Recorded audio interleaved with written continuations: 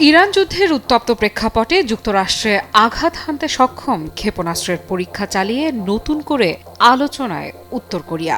যুক্তরাষ্ট্রকে লক্ষ্য করে শক্তি প্রদর্শনের ইঙ্গিত দিয়েছে দেশটি। আর সেই ইঙ্গিতের কেন্দ্রেই রয়েছে নতুন এই ক্ষেপণাস্ত্রের ইঞ্জিন পরীক্ষা। সম্প্রতি উত্তর কোরিয়া দাবি করেছে তারা সফলভাবে একটি উন্নত রকেট ইঞ্জিনের গ্রাউন্ড টেস্ট সম্পন্ন করেছে। রাষ্ট্রীয় সংবাদ মাধ্যম KCNA জানায়, এই গুরুত্বপূর্ণ পরীক্ষায় সরাসরি উপস্থিত ছিলেন দেশটির সর্বোচ্চ নেতা কিম জং উন। তার উপস্থিতি থেকেই স্পষ্ট এই প্রকল্প কতটা অগ্রাধিকার পাচ্ছে পিয়ংইয়ংয়ে।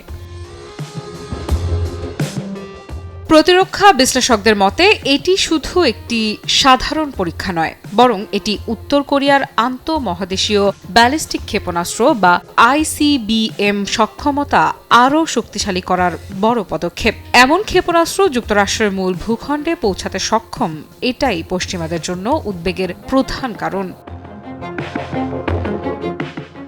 সবচেয়ে গুরুত্বপূর্ণ দিক হল এই নতুন ইঞ্জিনটি কঠিন জ্বালানি ভিত্তিক, অর্থাৎ উৎক্ষেপণের আগে দীর্ঘ প্রস্তুতির দরকার নেই। মুহূর্তের মধ্যেই ক্ষেপণাস্ত্র ছোড়া সম্ভব। সামরিক ভাষায় একে বলা হয় ফাস্ট রেসপন্স ক্যাপাবিলিটি, যা প্রতিপক্ষকে প্রতিক্রিয়া জানানোর সুযোগই দেয় না।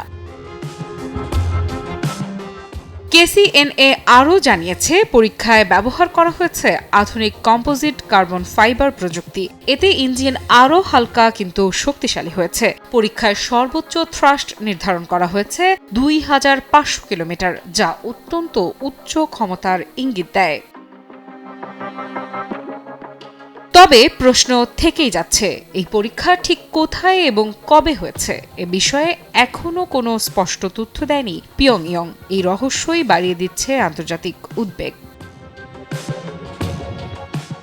অন্যদিকে সম্প্রতি উত্তর কোরিয়ার পার্লামেন্টে দেয়া ভাষণে কিম জং উন ঘোষণা দেন তার দেশকে একটি অপরাজেয় পারমাণবিক শক্তি হিসেবে গড়ে তোলা হবে। সেই ভাষণে তিনি সরাসরি যুক্তরাষ্ট্রকে অভিযুক্ত করেন বিশ্বজুড়ে আগ্রাসন এবং রাষ্ট্রীয় সন্ত্রাসবাদের জন্য।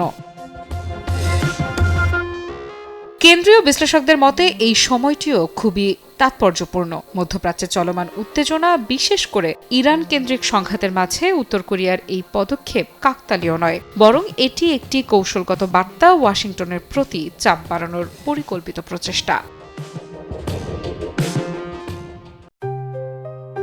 JBS holdings limited.